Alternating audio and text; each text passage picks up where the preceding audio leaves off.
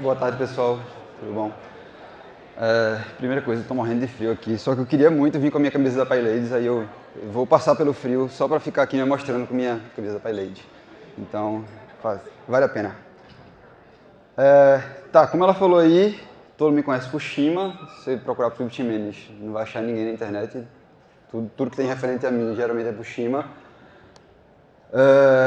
Vocês devem ter notado já pelo meu sotaque que eu não sou daqui, eu sou de Recife. E eu estou na comunidade de Python há 5 anos. O meu primeiro evento Python grande assim foi a Python Nordeste. E aí eu fico muito feliz de saber como isso refletiu para a gente estar aqui agora e eu poder vir aqui apresentar na Python Sudeste, que é um reflexo da... Não que não fosse acontecer, não fosse pela Python Nordeste, mas que é sim um reflexo da comunidade, de como a coisa está evoluindo e como está indo bem. Então eu tenho 5 anos de Python assim. Eu trabalho com Django, trabalho com JavaScript, ultimamente muita coisa com React. Adoro trabalhar com APIs, minhas últimas palestras assim, eventos têm sido de API, decidi mudar um pouquinho. E eu sou cofundador da Vinta, que a gente é um estúdio de software lá de Recife. A gente trabalha com essa ferramenta Django, React, e a gente presta serviço para fora normalmente, tem alguns clientes aqui, mas a maioria do serviço é para fora. E a gente procura ser muito aberto assim, com as coisas que a gente faz.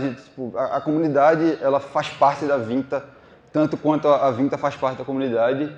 Então a gente tenta refletir isso nas coisas que a gente faz. Então, se vocês entrarem lá no site da gente, no /playbook, tem meio que os guidelines de como a gente trabalha, tem checklist de coisas, como a gente de coisas que a gente faz. Tem um monte de assunto legal, se quiserem dar uma olhada lá, tem muita coisa assim, são guidelines de como a empresa funciona, tudo bem aberto. E outra coisa que a gente gosta de fazer muito é trabalhar com open source, então eu trouxe aqui só alguns projetinhos assim para listar mesmo. O Django React Boilerplate, como a gente é empresa de serviço, a gente está sempre começando projetos novos, então configurar tudo, configurar o Webpack, tudo um saco assim, dá muito trabalho, então a gente fez uma aplicação base que a gente vai atualizando à medida que vai fazendo novos projetos. Aí está lá no GitHub da gente, Django React Boilerplate. O Django Role Permissions é um appzinho para fazer permissões de usuários baseado em role, que essa fui eu que fiz. E o Tapioca também é meu xodózinho assim. É uma aplicação para você gerar clientes de API. E aí fica bem fácil criar. Assim, quem quiser conversar mais sobre isso depois, eu não vou ficar demorando muito aqui, mas só para vocês conhecerem um pouco do trabalho da gente. Tá, então eu vim aqui para falar sobre tarefas assíncronas. E aí eu preciso dar primeiro um contexto de por que você precisa de tarefas assíncronas. Então eu trouxe alguns exemplos de coisas para que serve isso. Então, primeira coisa, delegar processamentos longos em uma requisição HTTP. Então, se você está fazendo serviço web, certamente vai ter algumas coisas, alguns tipos de requisições que vão demorar mais do que o normal. E aí você não pode simplesmente deixar o usuário esperando, porque o usuário não quer esperar nunca. Se você esperar mais de um segundo, ele já vai ficar puto e vai sair do seu site, então não resolveu o problema dele. Então, uma forma de fazer isso é você delega essa tarefa, a tarefa longa para alguém, retorna rápido o usuário e depois que terminar o processamento, você vai lá e entrega o resto dos dados para o usuário. Outra coisa é executar chamadas remotas, e aí remotas, quando eu falo remotas, pode ser tanto uma API, sei lá, uma requisição para o Facebook, uma requisição para o Instagram, quanto uma requisição remota dentro do seu próprio ecossistema. Então, se você está trabalhando com microservices, pedir um dado de um serviço pode ser considerado uma chamada, por definição, uma chamada remota. Outra ideia, processar e armazenar valores cacheados. Então, se você tem uma base de informações que você precisa cachear, porque não dá para ficar processando o tempo todo, você pode usar tarefas assíncronas para pré-processar esses dados, salvar, e aí de tempo em tempo você vai atualizando isso. Outra ideia, distribuir grandes inserções de banco de dados. Então, se você está trabalhando com um banco de dados relacional, se você for fazer uma inserção muito grande, pode pesar para o banco e pode quebrar a sua própria aplicação. Então, a ideia é você pode usar tarefas assíncronas para distribuir essa inserção e não pesar tanto na sua aplicação. E por último, executar tarefas recorrentes, e aí pode ser qualquer tipo de coisa que você precisa fazer, sei lá, todo dia ou todo mês. Então, esse é o contexto. E aí a minha palestra, eu pensei ela assim, eu queria falar, eu gosto muito de definir as coisas, de trazer o comecinho assim, das definições das coisas e depois eu vou avançando para as coisas mais complicadas.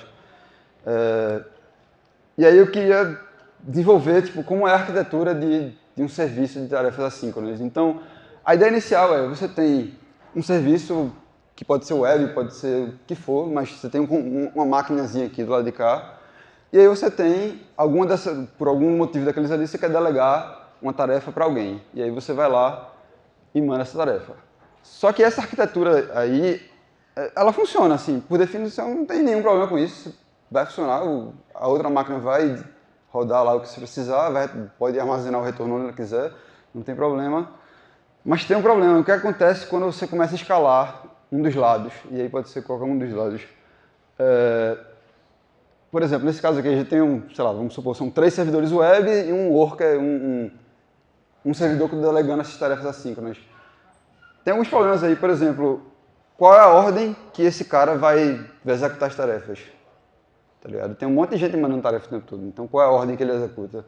O outro problema é, e se ele estiver ocupado? Quando alguém fizer uma requisição lá, eu queria que você fizesse tal tarefa para mim. O que é que ele faz se ele já estiver fazendo alguma outra operação? Ele, sei lá, ele pode deixar um servidor esperando porque ele está terminando de fazer alguma coisa e não adiantou de nada, você voltou a ter uma requisição lenta. Então, essa arquitetura não funciona. Você não pode simplesmente subir uma máquina e ficar jogando tarefas para ela, porque vai ter uma hora que vai quebrar. Se é uma aplicação simples vai funcionar, mas normalmente vai chegar num ponto que vai quebrar.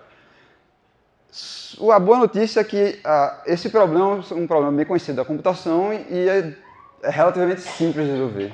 É um problema de fila. Então você tem produtor-consumidor, de um lado você tem gente pedindo tarefas novas, armazenando numa fila, e do outro lado você tem consumidores executando as tarefas na ordem que for possível. E aí essa solução, ela sim funciona bem e ela é escalável, porque essa ação de colocar na fila é muito simples, então o produtor coloca na fila rapidamente e retorna para o usuário rápido, e o consumidor, você vai escalar ele de acordo com o que você precisar. Então, se você tem muita coisa na fila, você pode botar mais consumidores, e aí a fila vai ser consumida mais rápida. Se você tem pouca coisa, você pode reduzir. Então, é escalável, funciona bem melhor. Então, vamos só para dar nome aos bois, e aí aqui a gente começa a falar sobre tarefas assíncronas. Então, como eu falei, de um lado a gente tem os servidores web, e aqui pode ser outras coisas, mas só para simplificar, vou chamar de web. No meio você tem a fila, que agora a gente vai começar a chamar de broker. E do outro lado você tem os workers, que são os consumidores. Beleza? Então, a partir de agora, essa é a nomenclatura que a gente vai tratar. Então, vamos entender primeiro o que é o broker. O broker é qualquer coisa que você consiga armazenar uma fila. E aí, qualquer coisa serve, qualquer coisa. Por exemplo, um arquivo. Você pode ter um arquivo de texto que você vai armazenando uma fila de tarefas, não tem problema nenhum, vai funcionar. Só que tem um problema. No arquivo de textos, você volta a ter alguns problemas que a gente tinha naquela primeira abordagem lá, que é, por exemplo, o que acontece se dois caras forem inserir alguma coisa na fila no mesmo arquivo ao mesmo tempo? Vai dar problema. Então, o arquivo de textos, a partir de, por definição, fazer sentido, ele não funciona. E aí, as opções que a gente tem são bancos de dados. E aí, eu listei alguns aqui só para exemplificar, porque tem vários tipos aqui de bancos de dados. Então, se você estiver falando de banco de dados relacional, tem, por exemplo, Postgres e MySQL ali. Funciona? Funciona. Não tem problema. Dá para você colocar o seu broker num Postgres ou num MySQL. O problema é que bancos de dados relacionais eles também não foram feitos para inserção. Assim. Eles não aguentam um load muito grande de inserção e aí eles também tendem a não funcionar muito bem em produção.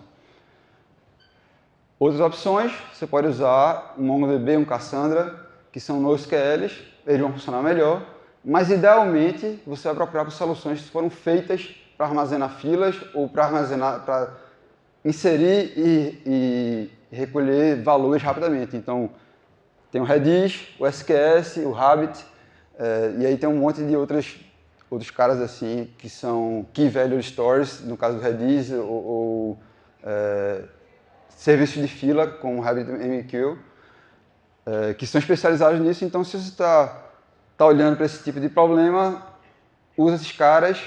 E aí eu só queria deixar assim bem claro, se você está testando, beleza, você pode usar o Postgres para ser sua fila, mas se você está indo para a produção, nunca coloca um banco de dados relacional para ser sua fila, porque vai quebrar, vai dar um overload lá e não vai ficar legal. Tá, então a gente entendeu o que são os brokers e agora vamos entender o que são o web worker, né? O web worker, eles são máquinas, eles são serviços que rodam numa máquina qualquer. E eles podem ser a mesma base de código, como eles podem ser diferentes. E aí, quando eu falo isso, eu posso extrapolar isso para dizer que um pode ser em Python e outro pode ser em Node, não tem problema. Em teoria, você consegue fazer isso. E aí, por isso que eu botei esse caso de baixo aí de ser, pode ser coisas completamente diferentes.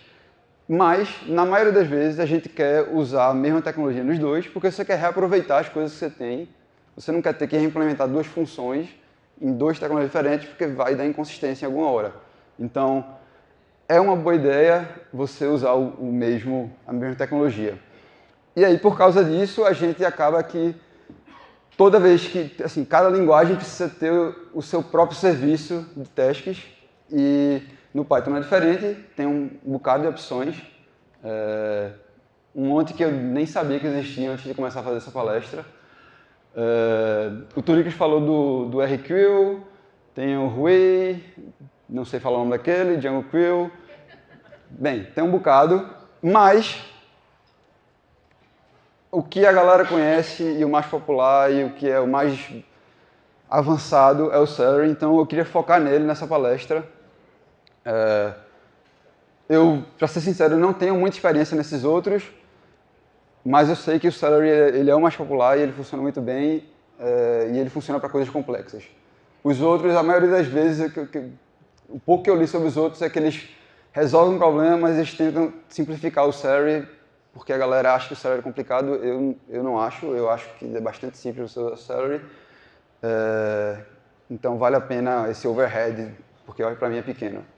Mas beleza, então começar a falar mais sobre o Celery.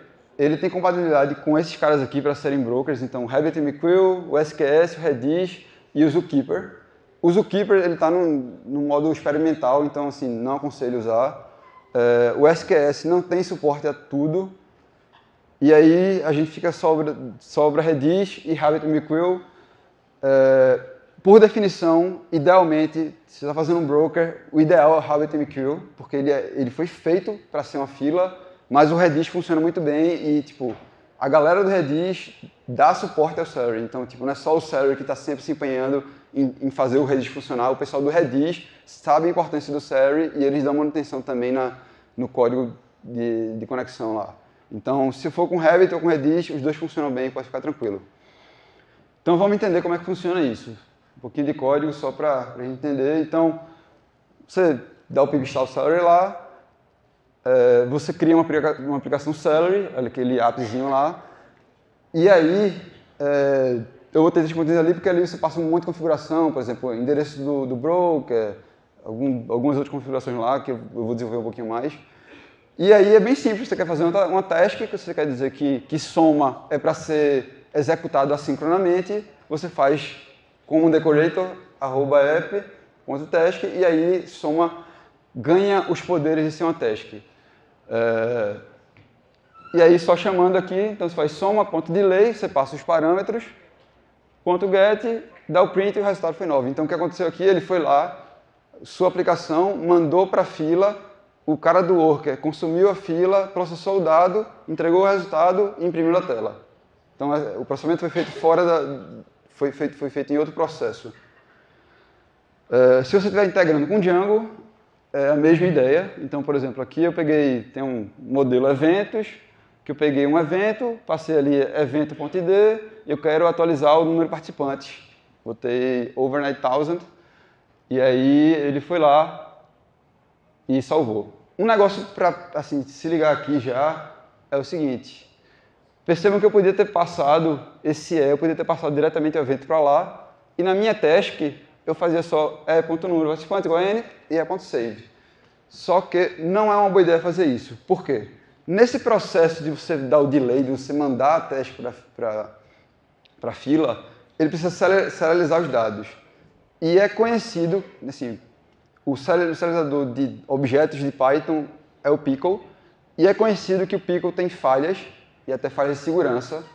Então não é uma boa ideia nem você usar o Pickle, nem você passar objetos complexos, porque eles são complicados de serem serializados e entrarem na fila lá. Então, usa JSON e sempre tenta passar objetos simples. Então, como eu estou fazendo aí, em vez de passar o evento, eu passo o ID do evento e lá na tarefa eu pego o evento de novo e faço o processamento que preciso. Certo? Então, nunca passe objetos complexos com parâmetros para tasks. Só que eu enrolei vocês um pouquinho assim, eu fiz, delay, get, passei rápido assim, vocês não perceberam.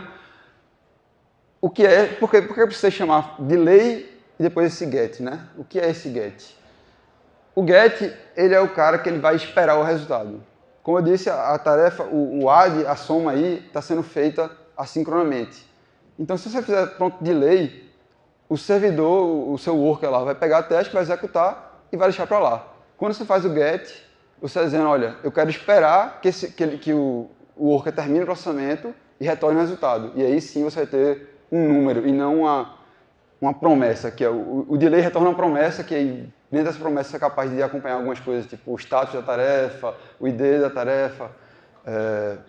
O get é justamente isso, dado essa promessa, espera o serviço concluir e me retorne o resultado final, no caso aí da soma um número.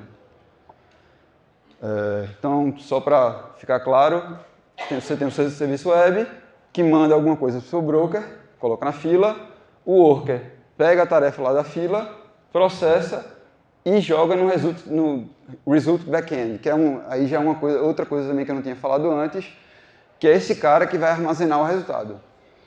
O result backend ele pode ser o seu broker. Você pode usar a mesma instância de broker, você pode usar para ser result backend. Idealmente, você não faz isso, pelos mesmos problemas de reduzir o overload e manter as coisas escaladas e separadas.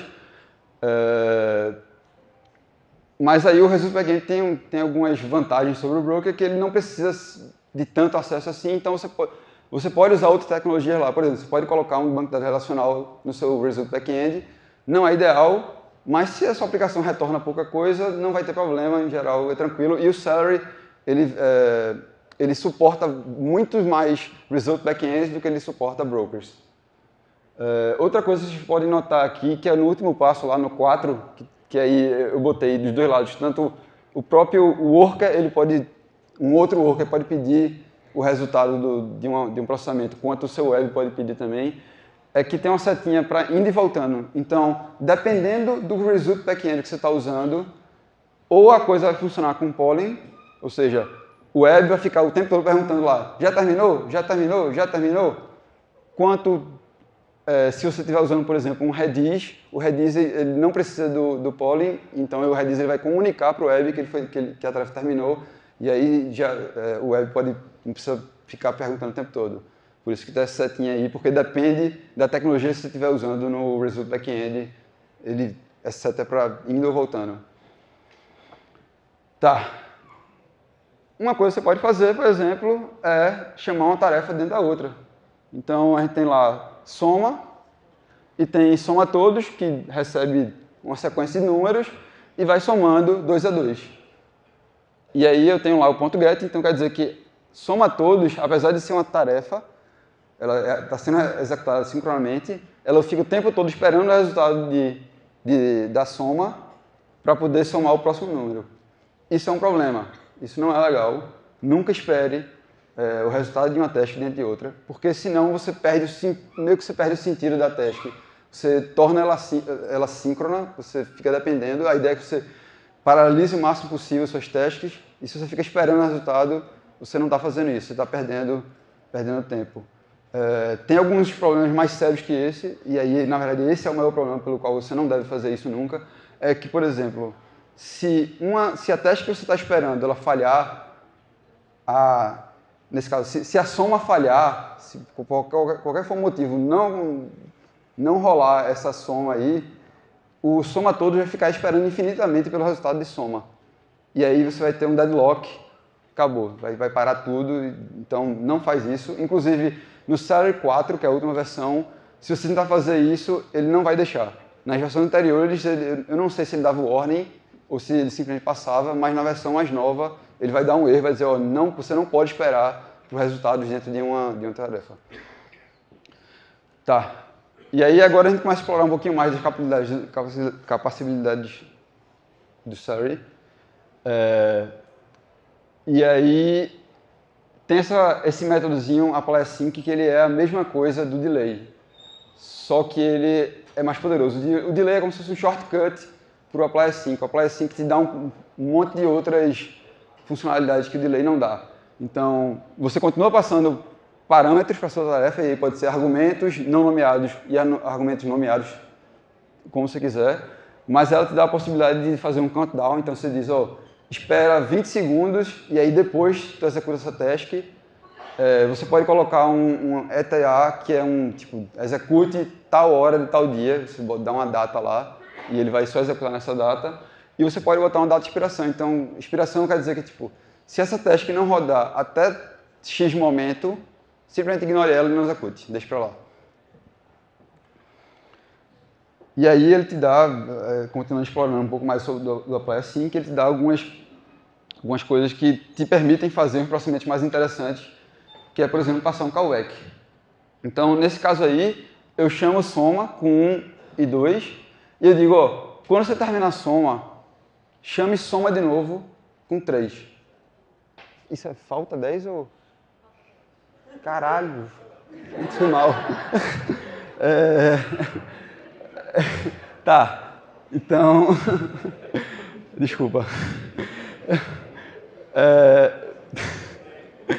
Então aqui, se você o get no win2, ele retorna 3, porque é só o primeiro, é o resultado de soma. E se você pode fazer r.children, aí ele vai entrar no callback lá e você consegue pegar o resultado, que é 6, que é 1, 2 mais 3. Acho que é isso sobre isso. Mais alguma coisa? Não. Tá, e aí mais algumas funcionalidades mais complicadas assim. Você pode fazer um chain, que é simplesmente executar uma coisa atrás da outra, então meio que um callback, só que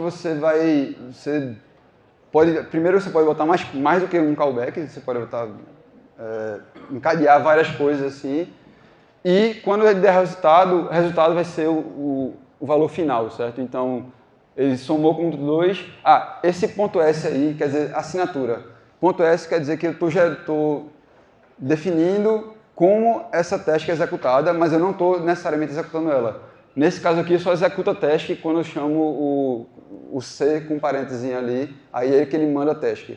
E aí ele executa um 2, pega o resultado, manda para o 3, resultado com 3, resultado do 3 com 4, resultado do 4 com 5, e aí te dá o resultado. Igualmente, você pode fazer isso com chain ou com soma, ou com o pipe.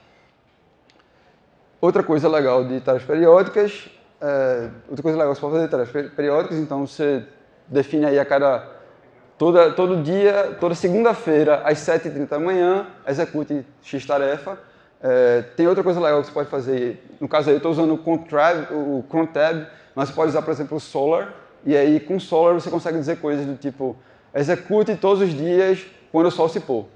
E aí, tipo, dependendo do local que você tiver, se estiver mais para o norte, o horário que o sol se põe vai mudar ao longo do ano. E aí ele vai se adaptar a isso automaticamente.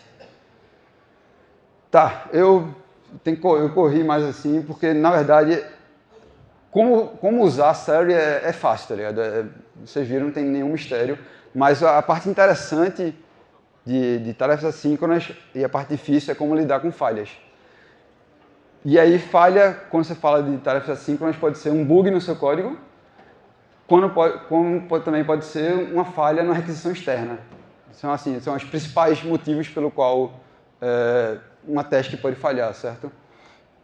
E aí, tem dois conceitos que eu quero passar para vocês. Assim, se tem alguma coisa que vocês querem levar dessa palestra, são esses dois conceitos. O primeiro deles é a idempotência, que da Wikipedia aí, é a propriedade de algumas operações têm de poderem ser aplicadas várias vezes sem que o valor do resultado se altere após a aplicação inicial. Então, uma vez que você aplicou, você pode aplicar N vezes e o valor não vai mudar. E aí vamos ver isso na prática de alguns operadores idempotentes. Então, por exemplo, multiplicar por zero é uma operação idempotente. Depois que você multiplicou a primeira vez por zero, você pode ficar infinitamente multiplicando por zero, que o resultado vai ser sempre zero. Multiplicar por 1 também é uma operação idempotente. Depois que você multiplicou a primeira vez, você pode continuar para sempre. Sempre vai funcionar. Sempre vai ser o mesmo resultado. Quem aqui trabalha com web? Levanta a mão, por favor. Então, beleza, tem uma boa galera. Vocês têm noção do que são os métodos web, certo? Aí eu quero fazer um joguinho aqui só para ver como é que vocês entenderam o que é idempotência. Quando o método get do web, ele é idempotente? Levanta a mão quem acha que é. Beleza. O método put, quem acha que é independente, levanta a mão. O método post. Pouca gente. Delete. Quase ninguém. Tá. A resposta é get, put e delete são todos idempotentes. Por quê? O get, em teoria, quando você está pedindo um recurso, não é para estar mudando nada no servidor.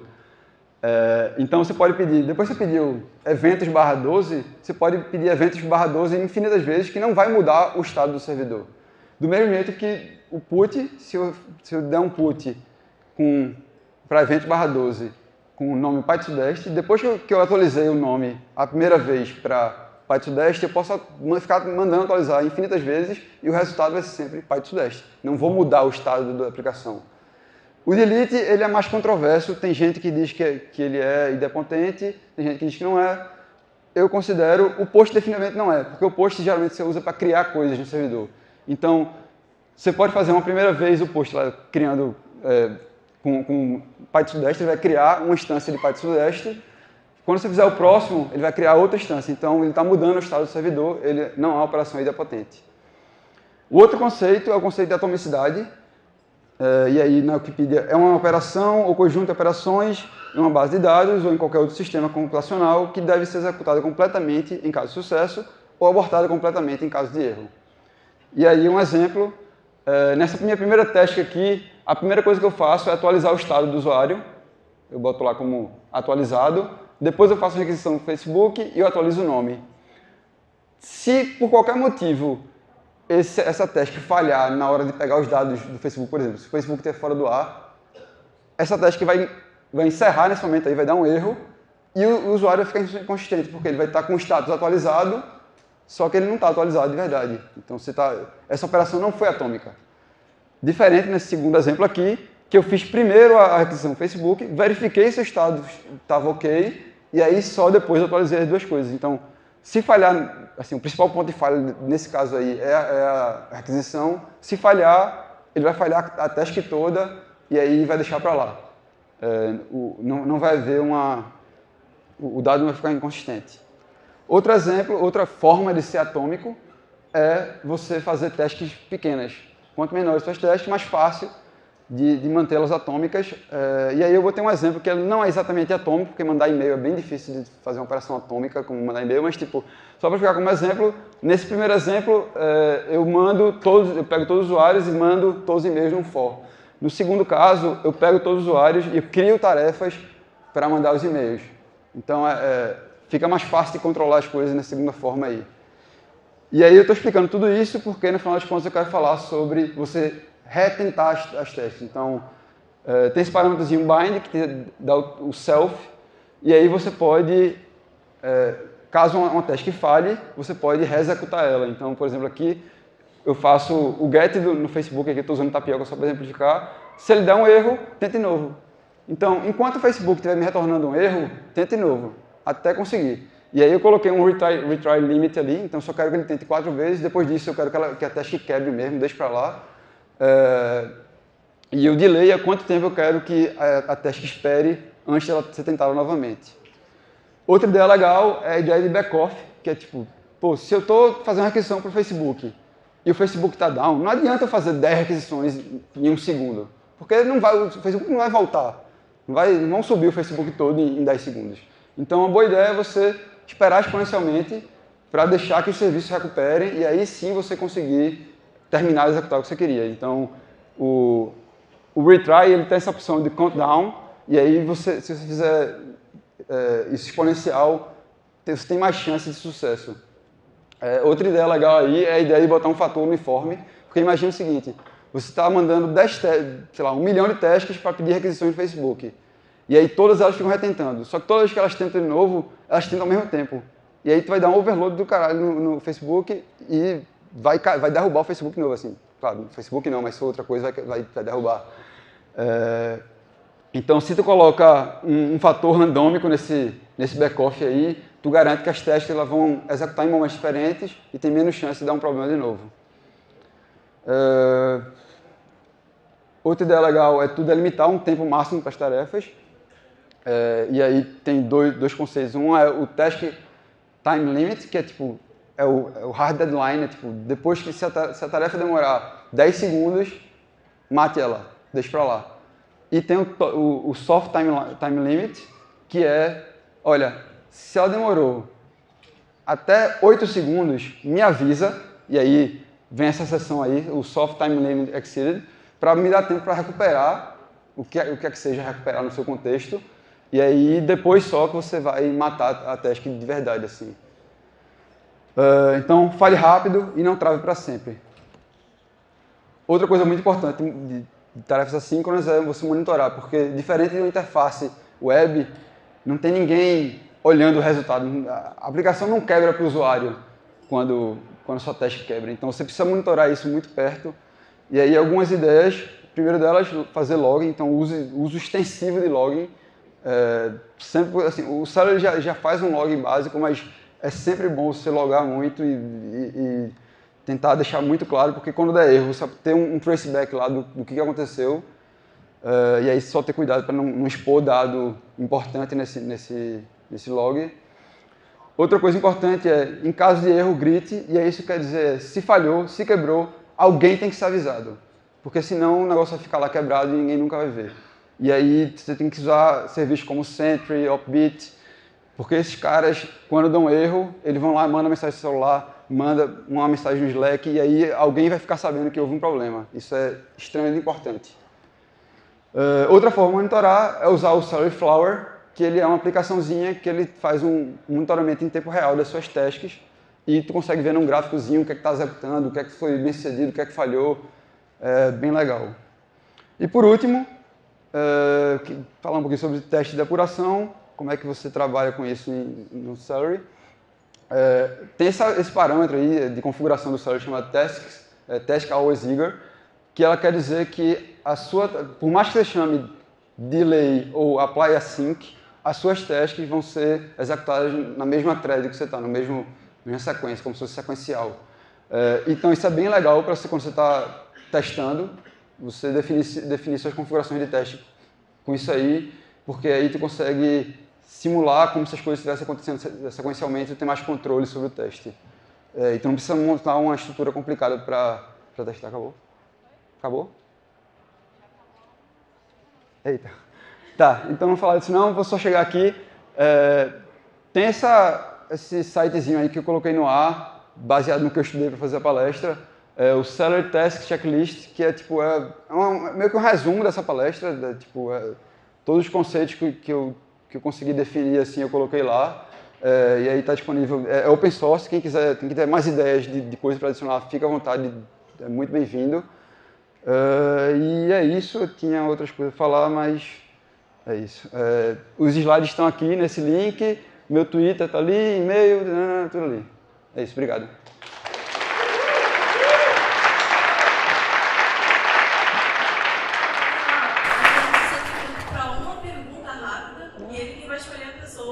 Não faz isso comigo, não.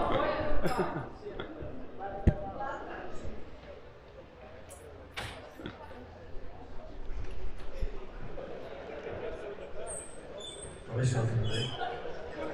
Cara, como é que faz para escrever testes para uma tarefa síncrona, de maneira básica? Você fica esperando ela terminar, e aí os testes tomam mais tempo.